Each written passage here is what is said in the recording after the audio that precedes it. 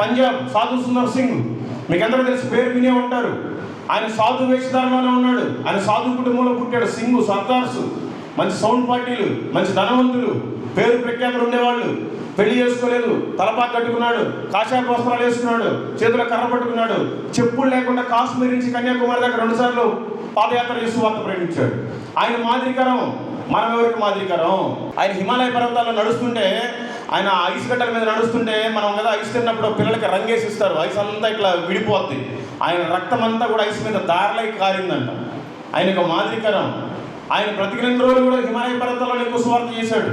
ఆయన తిరిగిన దగ్గర నేను కూడా తిరగాలి, ఆయన తిరిగిన దగ్గర నేను కూడా సువార్త చేయాలి, ఆయన స్నానం చేసే నదిలో నేను కూడా స్నానం చేయాలని ఒక 2 గంటల సేపు వెళ్ళి నేను కారు వేసుకొని అక్కడ పెట్టుకుని వంట చేసుకొని తింటే 2 గంటలు నా లంగ్స్ పాడైపోయి 4 నెలలు పెట్టింది బాగోవటానికి. మరి ఆయన పాపం ఎంత బాధపడి ఉంటాడు.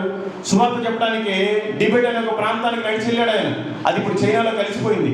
తిరిగి వచ్చేటప్పుడు ఎవరన్నా చంపేశారా ఎవరికి తెలియదు. దేవుడే ఏలియానో లాగా తీసుకెళ్ళిపోయాడా ఎవరికి తెలియదు. ఆయన ఎక్కడన్నా మంచులో కూరుకుపోయాడా ఎవరికి తెలియదు. ఇప్పటికీ తెలియదు ఎవరికి.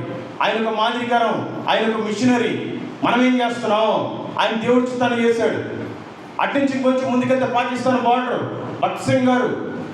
ఈరోజు వాళ్ళకైతే గొడవలు ఉన్నాయంటే వాళ్ళ చర్చలు వాళ్ళ ఇష్టమై. ఎంత మాదిరికరం, ఎన్ని లక్షల మందికి మాదిరికరం, ఎన్ని వేల చర్చలు. ఇట్లా ఒక్కొక్కరి గురించి చెప్పుకుంటే టైమే సరిపోదు. మరి మనం ఎందుకు అనుకున్నాం? మనం కూడా దేవుడి చిత్తాన్ని చేయాలి కదా. ఈ లోకం శాస్త్రం కాదు కదా. ఏ రోజు చనిపోతామో తెలియదు. మరి మనం కూడా దేవుడి కోసం ఏదైనా చేయాలి. 10 మంది కన్యకలు, 5 బుద్ధి లేని కన్యకలు, 5 బుద్ధి కలిగిన కన్యకలు. రెడీగా ఉండమంటే నిద్రపోతున్నాడు మనలాగే. ప్రభు రానే వచ్చాడు, తలుపులు వేసేసాడు. అయ్యా తలుపు తీయమంటే ఎక్కడ వేస్తాడు? తీరు.